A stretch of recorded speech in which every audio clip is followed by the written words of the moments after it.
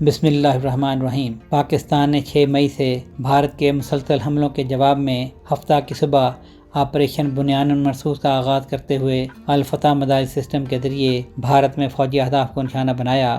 پاکستان نے 10 مئی کی صبح فجر کے وقت آپریشن بنیان المرصوص کا آغاز کیا تو الفتح میزائل سسٹم کو بروئے کار لاتے ہوئے بھارت میں فوجی ہوائی اڈوں اور بھارتی ایئر ڈیفنس کے اہداف کو نشانہ بنایا گیا۔ فتح میزائل پاکستان کا مقامی طور پر تیار کردہ زمین سے زمین تک مار کرنے والا جدید میزائل ہے۔ پاکستان نے 5 مئی کو اس میزائل کا کامیاب تجربہ کیا تھا، جو دراصل ایک جنگی مشق ایکس انڈس کا حصہ تھا، جس کا مقصد افواج پاکستان کی تیاری اور دفاعی ٹیکنالوجی کے نظام کی جانچ کرنا تھا۔ بین الاقوامی دفاعی ماہرین اور پاکستانی فوجی ذرائع کے مطابق الفتح میزائل نہ صرف پاکستان کی دفاعی صلاحیتوں میں اہم سنگ میل کی حیثیت رکھتا ہے، بلکہ یہ پاکستان کی اس ویژن کا عملی تصور ہے جس کے تحت دفاعی میدان میں خود انحصاری حاصل کرنے کا عزم کیا گیا ہے۔ الفتح مکمل طور پر مقامی سطح پر تیار کیا گیا گائیڈڈ میزائل نظام ہے، جس کی مختلف اقسام ہیں اور دشمن کے علاقوں میں اہم اہداف کو انتہائی درستگی سے نشانہ بنانے کی صلاحیت رکھتا ہے۔ الفتح میزائل کی تیاری کا باقاعدہ آغاز 2021 میں ہوا تھا۔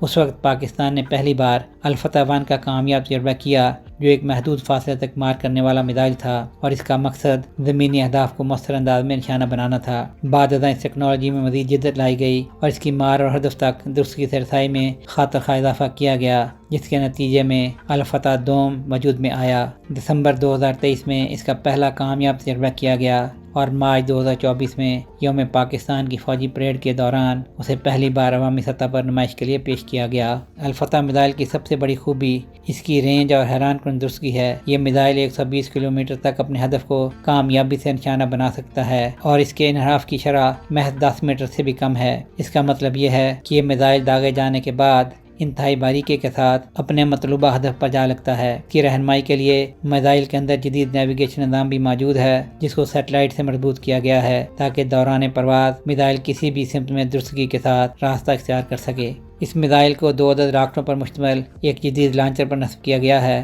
جو چین کی تیار کردہ 8 پہیوں والی مخصوص فوجی گاڑیوں پر مشتمل ہے۔ اس جدید نظام کی مدد سے بیک وقت 2 میزائل داغے جا سکتے ہیں، جس سے دشمن کی دفاعی لائن میں دراڑ ڈالنے کا موقع ملتا ہے۔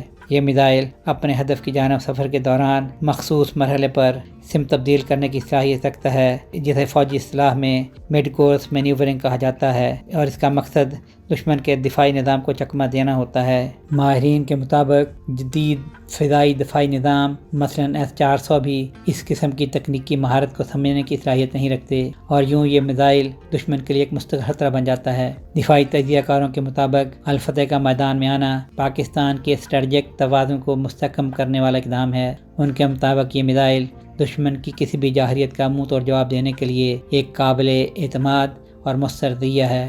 اس کی طویل مار، غیر معمولی درستگی، دفاعی نظام کو چکمہ دینے کی صلاحیت پاکستان کو مستقبل میں کسی بھی ممکنہ خطرے سے نمٹنے کے لیے تیار رکھتی ہے۔ ماہرین کے مطابق الفتح میزائل نہ صرف تکنیکی اعتبار سے ایک کامیاب منصوبہ ہے، بلکہ یہ پاکستان کی سلامتی، خود مختاری اور دفاعی خود انحصاری کی جانب ایک اہم قدم ہے۔ اب کہا جا رہا ہے کہ الفتح صرف ایک میزائل نہیں، بلکہ یہ پاکستان کی دفاعی خود کفالت کا اعلان ہے۔ یہ میزائل پاکستان کے دفاعی ادارے global industrial and defence solutions GIDS کی برسوں کی محنت، تحقیق اور ٹیکنالوجی میں ترقی کا ثمر ہے۔ سہیل شہریار، آئی پاک TV۔